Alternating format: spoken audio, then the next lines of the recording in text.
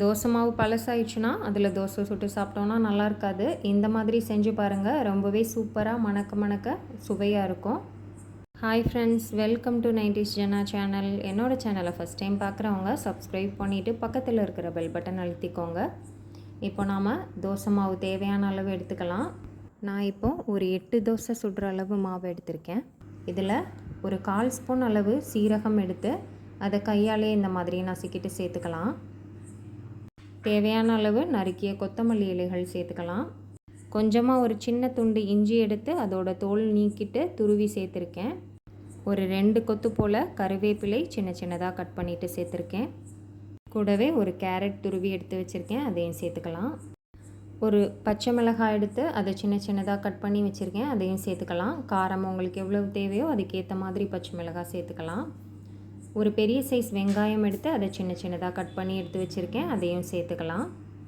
ஒரு 1/4 ஸ்பூன்லேருந்து 1/2 ஸ்பூன் அளவு வர மஞ்சள் தூள் சேர்த்துக்கலாம். ஏற்கனவே நம்ம தோசை மாவில் உப்பு சேர்த்துருப்போம்.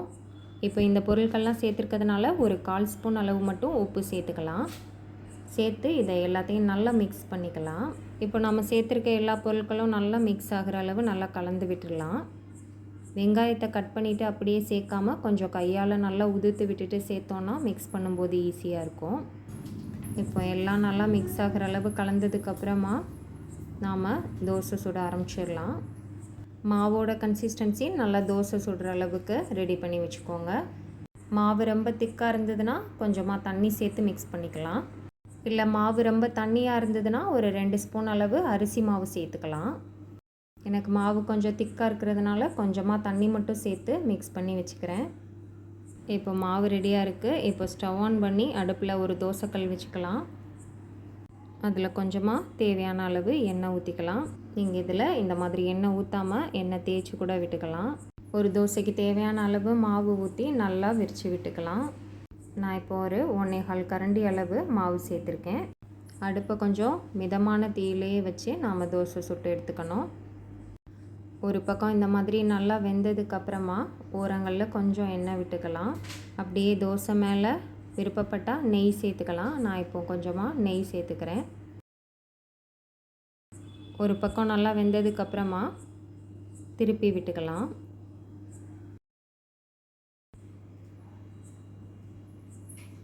ரெண்டு பக்கமும் நல்லா வெந்ததுக்கப்புறமா மிதமான தீயிலே வச்சு தோசையை சுட்டு எடுத்துக்கலாம்.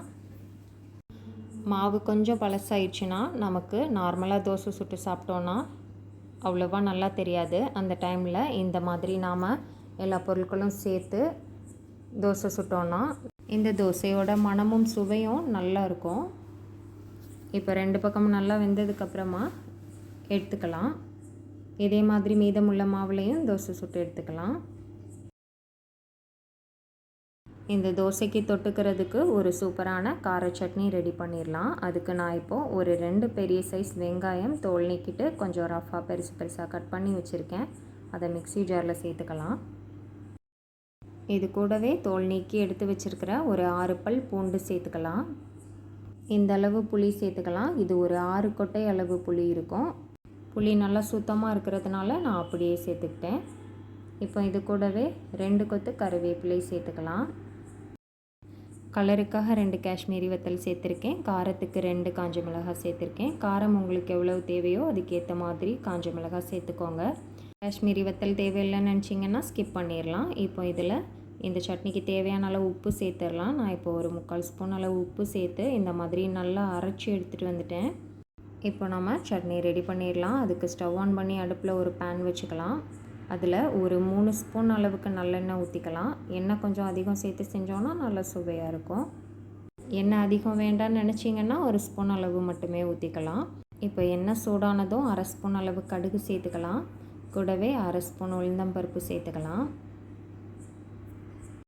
கடுகு நல்லா வெடிக்க ஆரம்பித்ததும் 2 கொத்து கருவேப்பிலை சேர்த்துக்கலாம். கூடவே கொஞ்சமாக பெருங்காயத்தூள் சேர்த்துக்கலாம். சேர்த்துட்டு எல்லாத்தையும் நல்லா கலந்து விட்டுடலாம். இப்போ எல்லா கடுகும் நல்லா வெடித்து வந்ததுக்கப்புறமா நாம் அரைச்சி வச்சுருக்கிற சட்னியை உள்ளே சேர்த்துக்கலாம்.